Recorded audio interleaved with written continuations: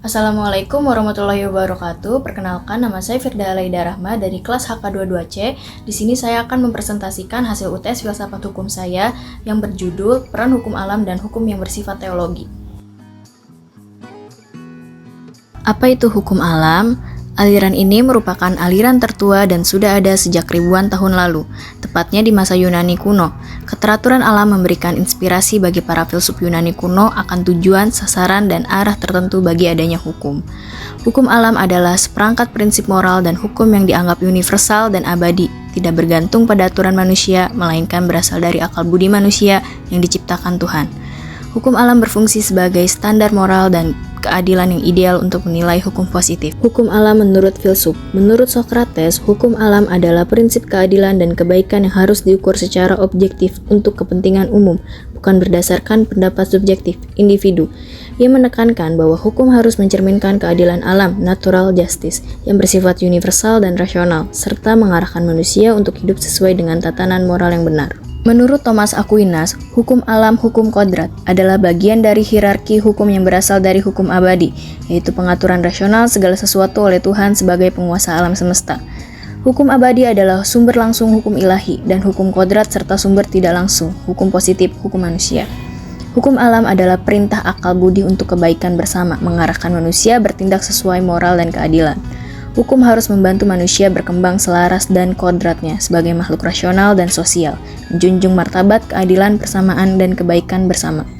Moralitas menjadi dasar hukum positif, hukum yang bertentangan dengan hukum alam tidak sah secara moral. Menurut Hugo Grotius, hukum alam adalah kaidah yang diilhami oleh alam dapat diketahui melalui akal manusia tanpa bergantung pada wahyu agama. Grotius menekankan hukum alam sebagai hukum rasional mengatur hubungan antar manusia dan bangsa menjadi dasar hukum internasional. Hukum alam mengandung hak-hak dasar manusia seperti hak mempertahankan diri, kebebasan, dan kepemilikan yang bersumber dari kodrat manusia. Ia memisahkan hukum alam yang bersifat universal dan abadi dari hukum positif, yang merupakan hasil kehendak otoritas tertentu termasuk Tuhan.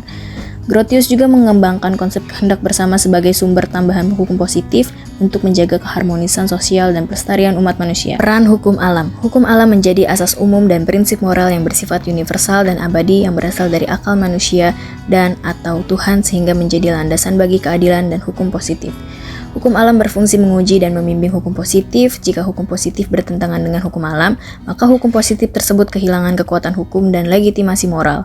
Hukum alam menjadi dasar bagi pembentuk sistem hukum universal, hak asasi manusia, dan norma-norma hukum yang mengakui martabat manusia serta kepentingan umum. Apa itu hukum teologi? Hukum teologi adalah hukum yang diwahyukan Tuhan melalui kitab suci dan agama, mengatur aspek spiritual dan moral yang tidak sepenuhnya dapat dijangkau oleh akal manusia saja. Menurut Thomas Aquinas, hukum teologis lex divina merupakan penjabaran dari hukum abadi lex aeterna yang mengatur tata kehidupan rohani dan mengarahkan manusia untuk memenuhi kehendak Tuhan secara langsung.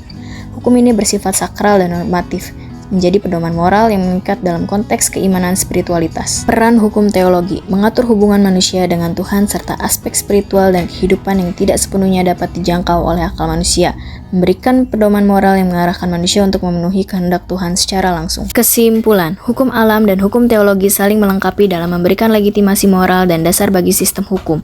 Hukum alam menyediakan kerangka rasional dan universal yang dapat dipahami oleh akal manusia, sedangkan hukum teologis menambahkan dimensi wahyu dan keimanan. Bersama-sama keduanya membentuk pondasi bagi pembentukan hukum positif dan norma sosial yang adil dan bermoral. Sekian presentasi dari saya, mohon maaf jika ada kekurangan dalam materi atau menyampaikannya. Wabillahi taufiq wal hidayah. Wassalamualaikum warahmatullahi wabarakatuh.